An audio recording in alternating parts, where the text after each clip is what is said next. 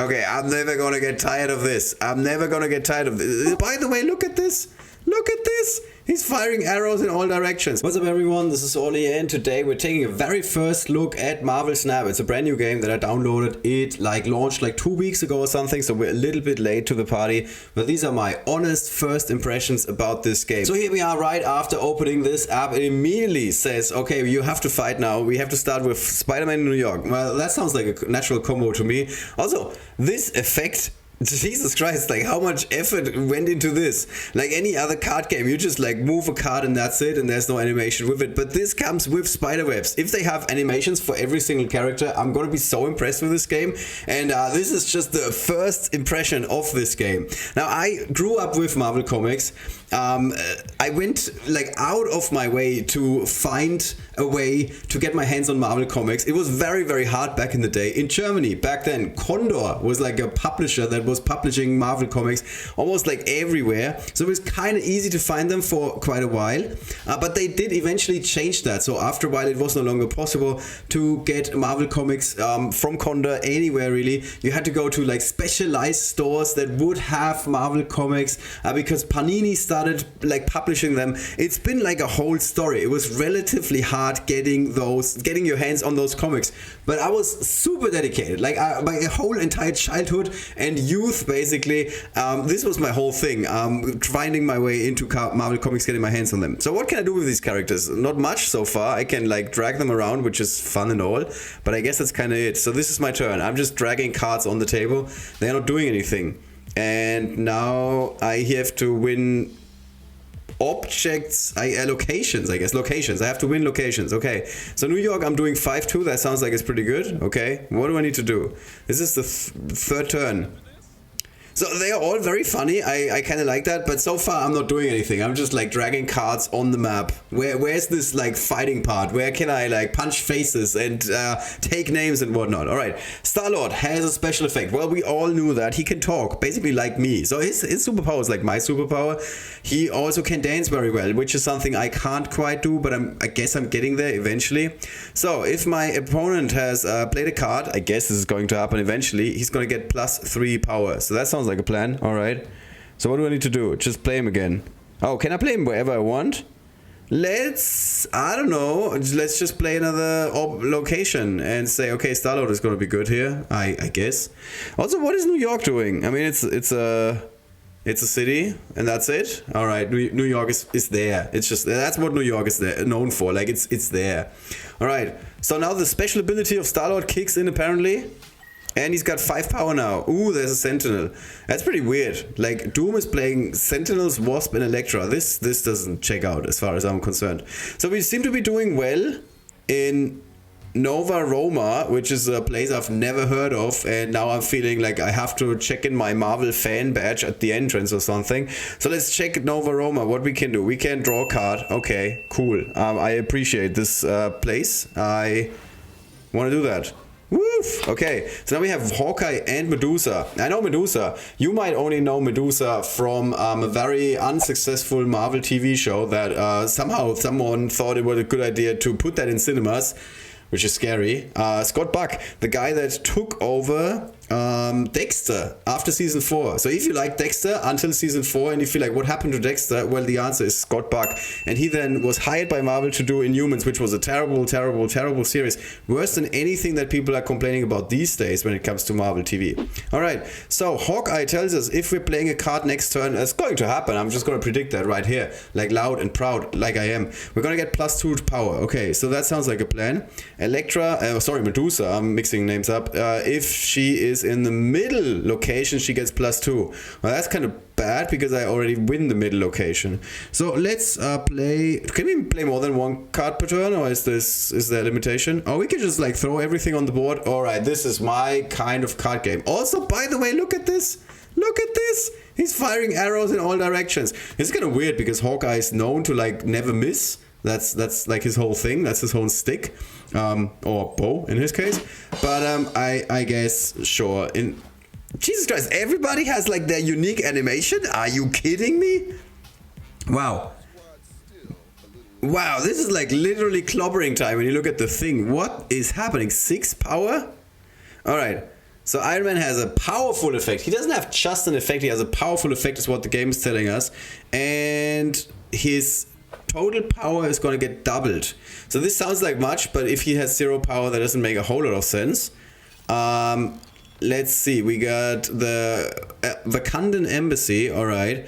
And all the cards on the hands of both players get +2 power. Now that sounds like a combo. Good thing that the thing is already on board and not in the hand, because otherwise it would be even stronger. So, okay, cool. Is that going to happen? I guess so. Combo time. So all of a sudden Iron Man has 2 power, and if we were to place him, I guess anywhere really? Yeah, my total power at this location is gonna get doubled. Alright, Hawkeye says he gets +2 power if I play a card. So let's just play a card. I don't know if it matters. Also, again, Jesus Christ, who went through this much effort?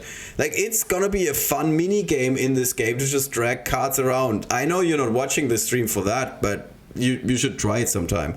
Alright, so now we're gonna see all of these effects, I guess, kick in. So Hawkeye should get some extra power, and then Iron Man should double his power, and all of that together should mean that we hopefully, okay, so he's got 3 now. He's got 4. Oh, that's a catchphrase. I know that from a movie. Alright, all of a sudden we're doing quite well actually in the Wakandan Embassy. We're doing quite well. What, 12 power? What is happening here? What is happening? Why is Hulk 12 power? Hulk smash indeed. 12 power? Are you kidding me? So I guess we still have to win Nova Roma. So let's play Hulk here. And I guess that's it. Anything else? Can I do anything? Alright. So this is a bit underwhelming so far. In like, my strategic mind is used to like cards doing something after you played them, not just like the effects kicking in. But who knows?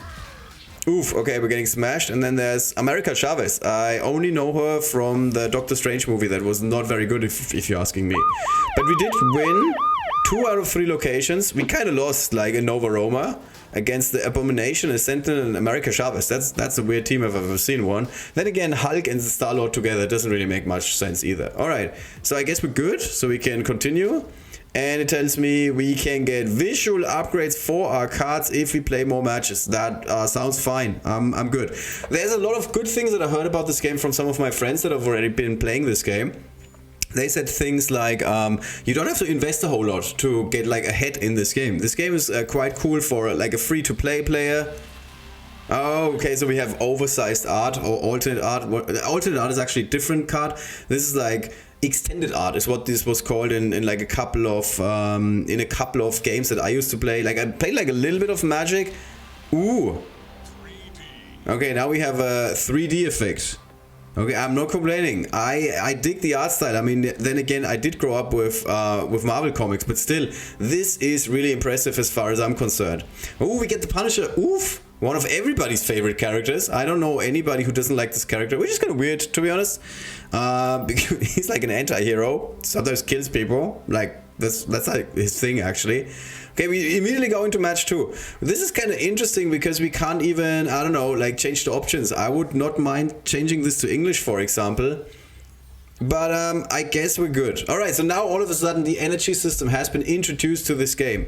We can only play cards if we have enough energy, and we get more energy every turn. Now all of a sudden this turns into a much more strategic game than what we've just seen, because like so far this has been like the card equivalent of, I don't know, like top trumps cards, if you've ever played that, where you're like, oh, I got like so and so many, like I have a card that is like this and this long, and then the other guy is like, oh, my card wasn't that long, so you win the point. So like very basic so far, but now we're slightly evolving. So we've already learned that you have to win these locations, obviously. That's the first thing. And then the second thing we just learned, ooh, that's kind of funny, Quicksilver is always in your opening hand. I like that. If you have effects like that, that immediately make sure that you cannot get screwed on your first turn. Like you definitely have something to play on the first turn.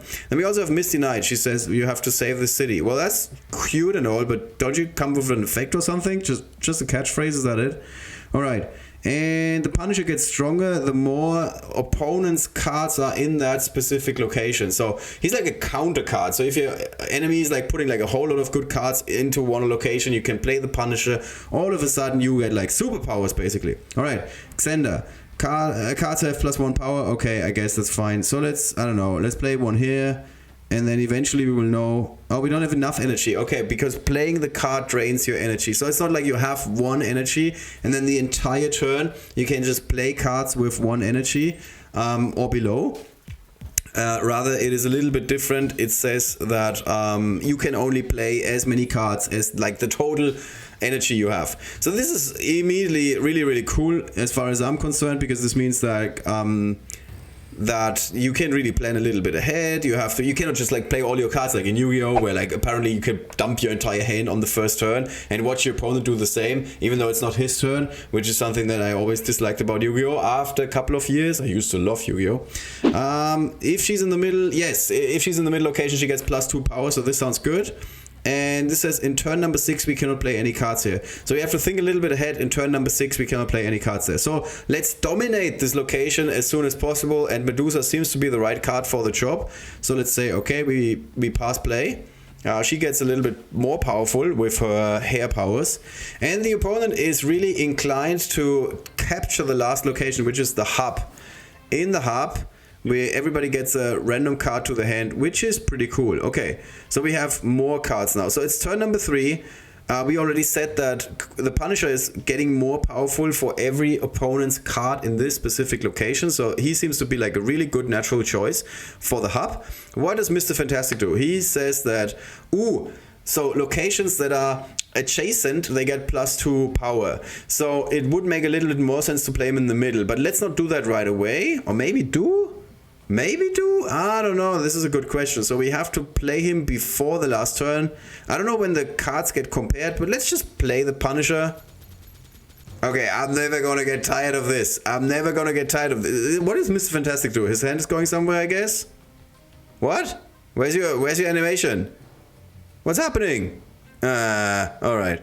So I guess not all cards have these cool animations, but the Punisher does. So let's see. He's gonna go from 2 power to 4 power. That's what I'm trying to say. Alright, we end the turn. Enemy's playing the Punisher. Oh no, my Punisher is doing something. Okay, and suddenly everything is happening. Okay, cool. So he's playing 2 cards instead of 1 card.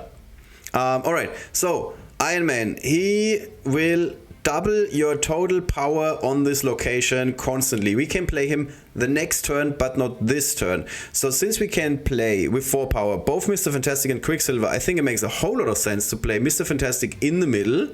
Alright. And then eventually we want to win the hub. The hub at the moment we're 6 versus 5. What does Wasp do? Nothing. Okay, cool. That's very accurate to the... No, that's not. I don't know. I don't know much about Wasp. Oh, the Sentinel just clones himself, basically. You get another Sentinel when you play him. This is very much in line with the comic books. Strength in numbers is like the number 1 thing for the Sentinel. Alright, so we need to play another card, either on the left or on the right. Let's try and like balance this out a little bit. Play another card on the right, and all of a sudden, Mr. Fantastic does something. Oof. Nice effect. And then Quicksilver did something, and my enemy is playing the Thing.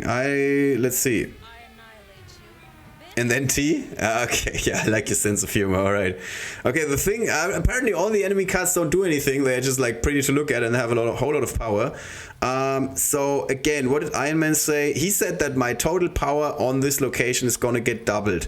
Now, this is just ridiculous. I mean, we cannot lose the hub if we play him on the right side, I believe. What does Abomination do? Nothing. He's just big. Okay, so we can play him on the last turn. So let's play Iron Man here and definitely win the hub. And then I guess with Abomination on the last turn or with Hulk, we're gonna go to the left side. And then we should win Xander and the hub. Don't know what's gonna happen about the Vault, but so far I'm feeling quite good about it. So let's see. Here is Iron Man. He just changes this to 20 power, so I think we're winning now.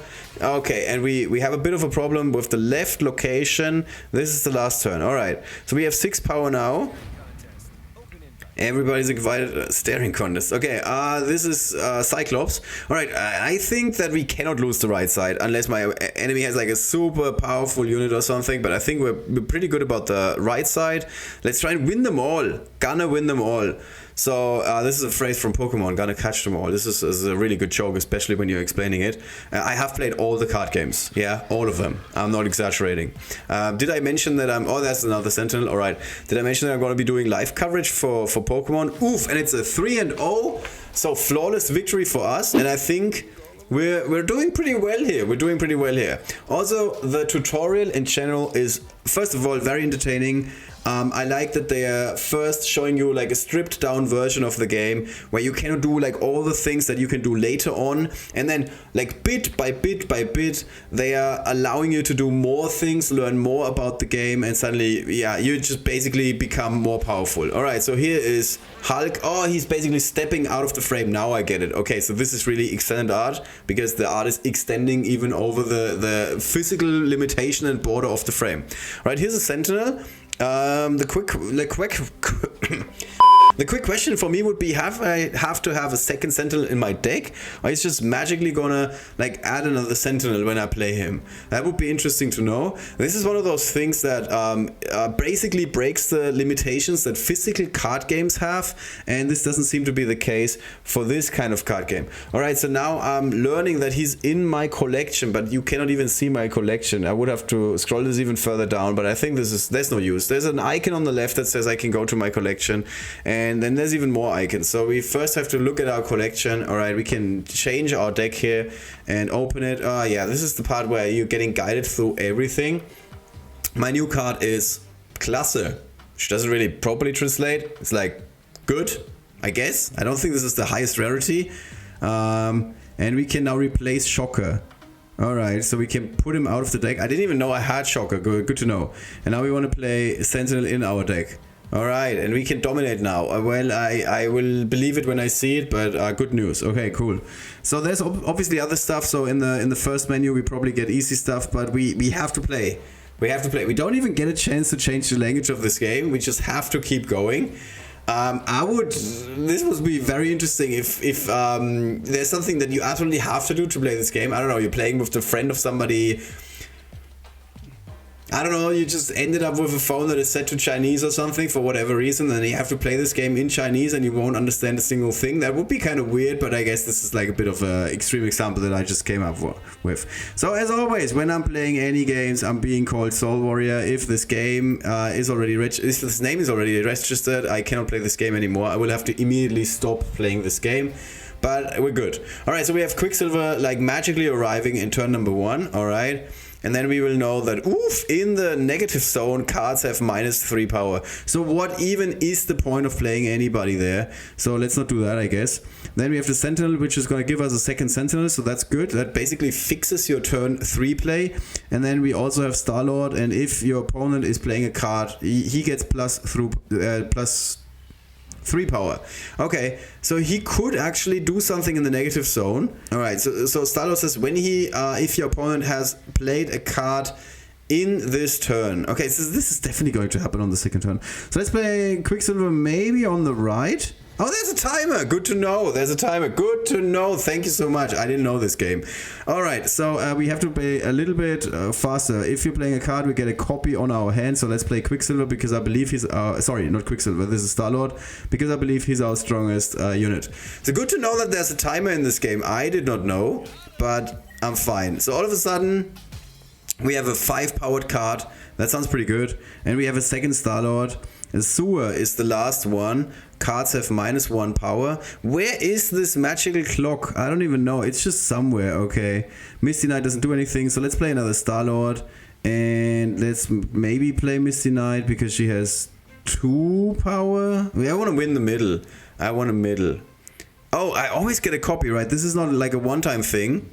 Ah, okay. So you can completely flood the board if you just constantly play cards in the cloning pots in the middle. So this seems to be like the better strategy, to be honest.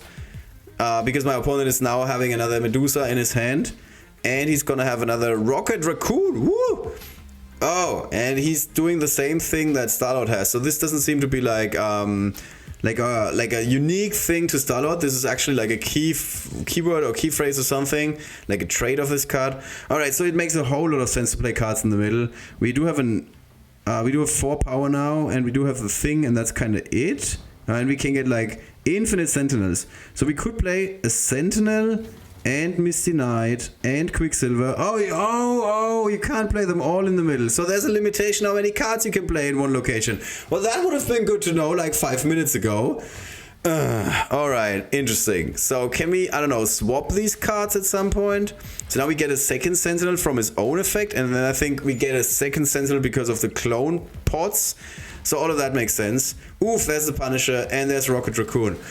All of that is pretty good for my enemy, actually. So we shouldn't be playing those small cards, we should be playing big cards. We have to win 2 locations. So we're currently winning in the middle, but this is not likely to happen for much longer. We're losing on the right side. So we could play Abomination on the right side, and then in the last turn, in the very last turn, we could play Iron Man on the 6th turn on the right side, and then we would win the right side. But I think we would still lose the left side. Okay, now my enemy has Star-Lord there. Alright, so he's currently winning the left side. And he is currently losing the right side, so that's good. He's currently winning the middle. Okay, so let's see if we can... Can we get a card back? No, okay. We can't get a card back. So you have to be very careful what cards you play. Eventually, you're just done with cards. Alright, so he's got a Star-Lord. I got nothing. Alright, let's win the right side. And we have 3 more. So let's just play Cyclops. Okay, this didn't really do anything. So I guess I lost this turn. Which is fine. Like, I'm okay with not winning absolutely every turn. But that's really good to know. So there's a limit of how many cards you can play. I suddenly have 1 power. I have no idea why. Okay, I did win the left side. Why did I win? I don't know. But I'm going to take it. I'm going to take it. So we did lose the middle, but we won the other 2. I guess I was like successfully distracting my opponent enough that he thought that I have like some special strategy in the middle. He threw like enough of his good cards in the middle, and I somehow managed to win the other one. Both the left side and the right side. I'm not sure what happened, but I'm going to take the win. Okay, so let's see. We get like some good boosts and buffs and whatnot. All of a sudden, Quicksilver is getting better? What does that mean exactly? What can we do? What does this mean? We can... Oh, okay. We can upgrade him to uncommon. Alright. And we get like +1 collection level, whatever that means. Okay, sure. Why not? And he comes out of the frame. Okay, I like this. This is one of those things that collectors just love to do. They will just constantly upgrade absolutely everything and have like the pimped out version of the deck. It's great for competitive players because they don't have to do this. They only care about getting like the strongest cards, but collectors have something to do in this game as well. Alright, and then we can very clearly see that there's like some sort of roadmap ahead of us, which really tells us, okay, if you play this game a little bit more, you're gonna get this, you're gonna get this, you're gonna get this. This is something that immediately tells you that this is a game that a lot of thought went into, when the game is basically guiding you, telling you, if you just keep playing this game, you're gonna be fine, you're gonna get more rewards, there's gonna be more cool stuff coming your way, and you don't have to think so much. Like, the game is basically taking you by the hand and tells you, alright, you're gonna be fine, no worries. Okay, Jessica Jones says, if you are not playing any cards on the next turn, oof, she gets +4 power. So if you dump it all on the field and then the turn after you don't do anything, she gets +4 power.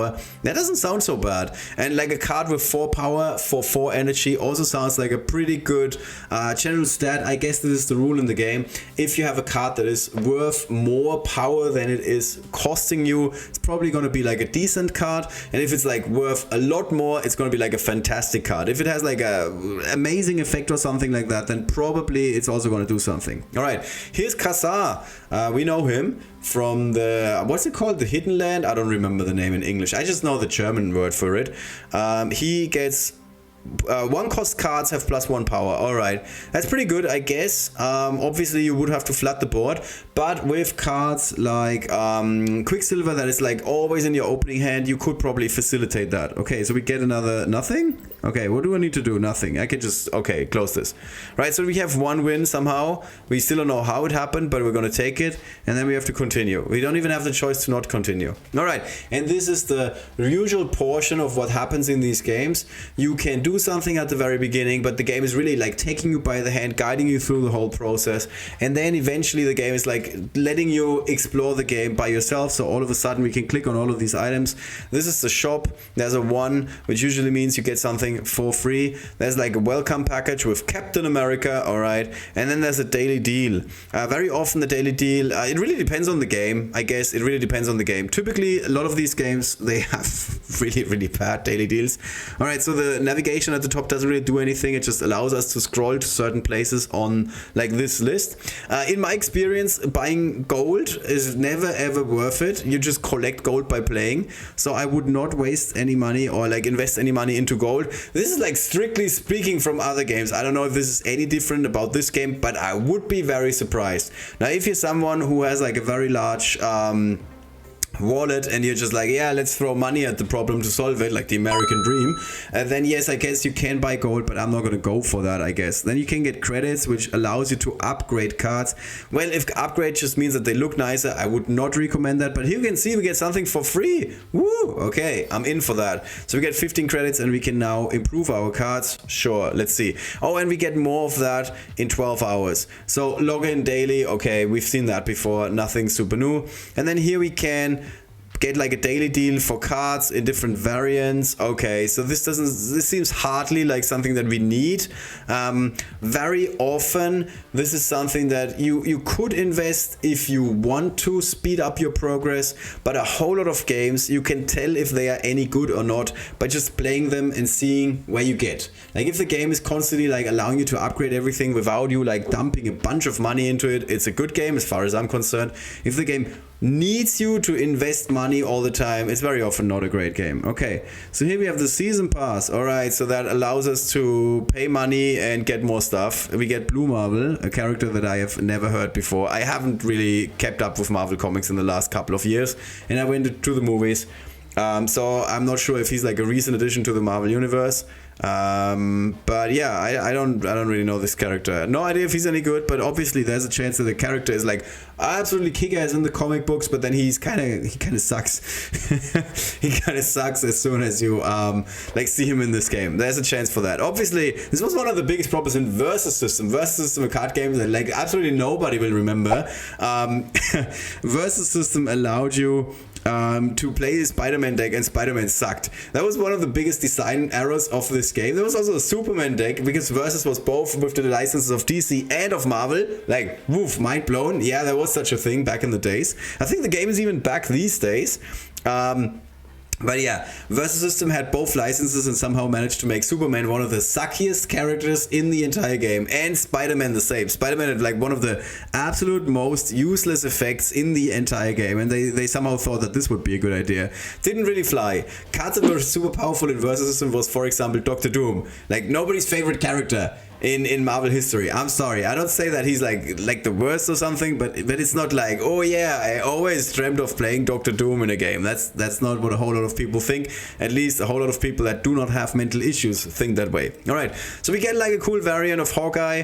He's got the same trait or keyword or whatever you call it in this game as we saw with Star-Lord. So if you're playing a card in the next turn, you get +2 power. Alright, wasn't it like the opponent is playing a card in and then suddenly something happened? Okay, I guess I'm not 100% sure. Okay, we get like new avatars and stuff like that. Alright, all of that is cool. A lot of free stuff. So the game is really like taking you by the hand, showing you a whole lot of things. And here's another present. We get Iron Man. Okay, I'm not complaining. Iron Man on his own doesn't do anything really, but like all the other cards that you have in this particular location, they do like double power. Alright, so my next things are very clear ahead of me. I know what I need to do. I need to change this game to English. That's step number 1. I'm still looking for an options menu. I guess this looks like an options menu.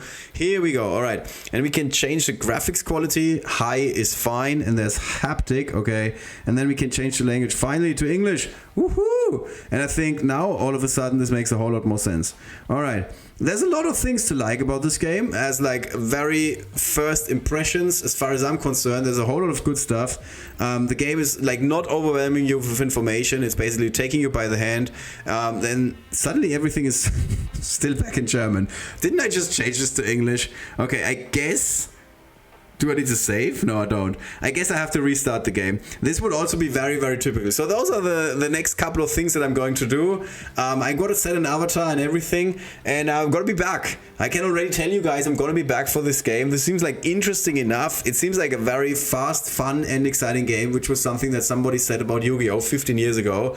Back in the days when Yu-Gi-Oh! Started to be like somewhat complex and people were complaining that cards were overpowered, that everything happened too fast. And he said, oh, that guy, the game's fast, fun, and exciting. So he turned it into a positive. That's not what I'm doing here. I'm not saying that this game actually sucks, and I'm just saying that it's really cool. I'm saying that I'm so far I am on board. There's a lot of love that went into this game with all of the animations when you just play a card, when you like even move a card with the animation like Punisher shooting bullets and whatnot, Hawkeye shooting arrows in all directions, never missing, never hitting his target apparently. And we have like a deck, one deck so far, and we can just play. I would love to know if I'm playing against real persons or if I'm playing against the AI, because I have this habit of always playing the AI for as long as I can until I feel like comfortable enough, and then I start playing against humans. I don't like to lose. It's a character flaw, I have to admit. Alright, guys, that's it. That's it for my very first impressions about Marvel Snap. Like I said, I like this. I'm going to be coming back for more. Let me know what you think about this game. If you want to like learn more about it, see more about it, definitely like leave a comment and let me know what you think. So far, I've only been delving into mobile games with Riven Guard. Again, that I enjoyed like a whole lot. But I'm currently looking for like another game to play. And this seems like something that I could play on the side and actually enjoy. Alright, that's it for today. See you guys very, very soon. Take care and bye-bye.